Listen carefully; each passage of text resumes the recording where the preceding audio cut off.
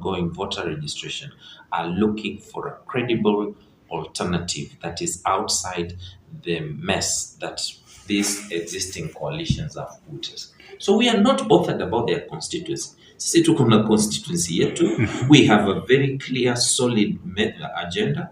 We have a very clear and solid mission and vision about what we want to do, and that is the constituency we are working with. Because regardless of what these other existing coalitions do, they have no capacity to access this particular constituency. So we are not even in competition with them. We are not even bothered about what they are doing.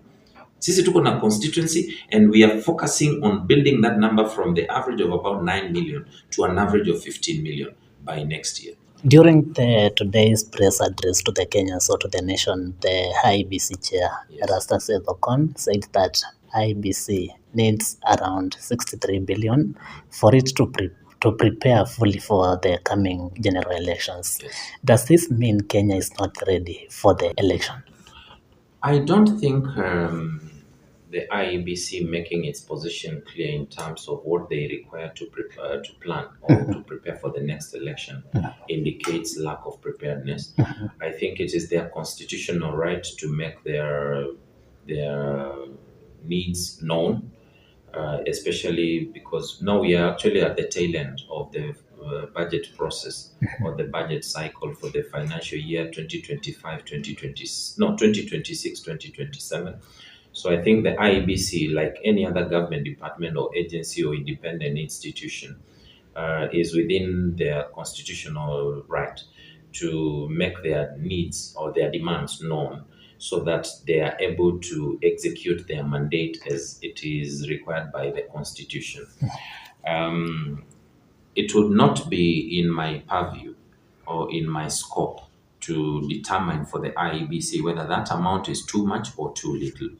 What I believe is that the IEBC must be adequately capacitated so that they will never come back to us to blame funding or similar challenges.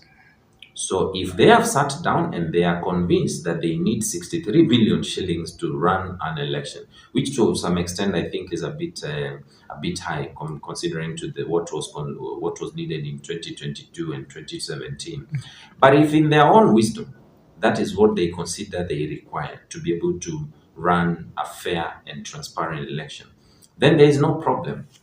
The only problem would arise in the event that process is mismanaged after Kenyans invest that kind of resources in them, because an election is not a rubber stamping process. It is a very profound, sacred expression of the will of the people that is protected in the Constitution. When you look at Article 1 of the Constitution, it is at that point whereby the citizen exchanges power with their choice representatives. So that is something that should not be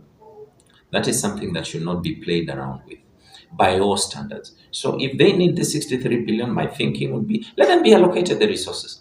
Let them now prove to Kenyans that they are equal to the task to do exactly what they are expected to do. Because when I move around this country, I move around a lot, and the mood of the people is not very good. And Kenyans can afford a lot of things, but not a mismanaged election. So the IEBC needs to be very clear on that, and every Kenyan is watching very closely how that process will be managed.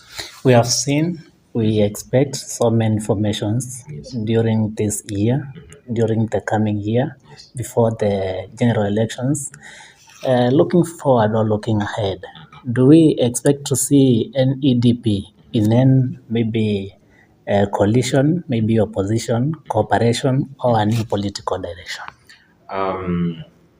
Our party constitution allows for the formation of coalitions. But I'll take you back to where this conversation began. As the National Economic Development Party, we are extremely clear in terms of the kind of leadership we want to bring into this country.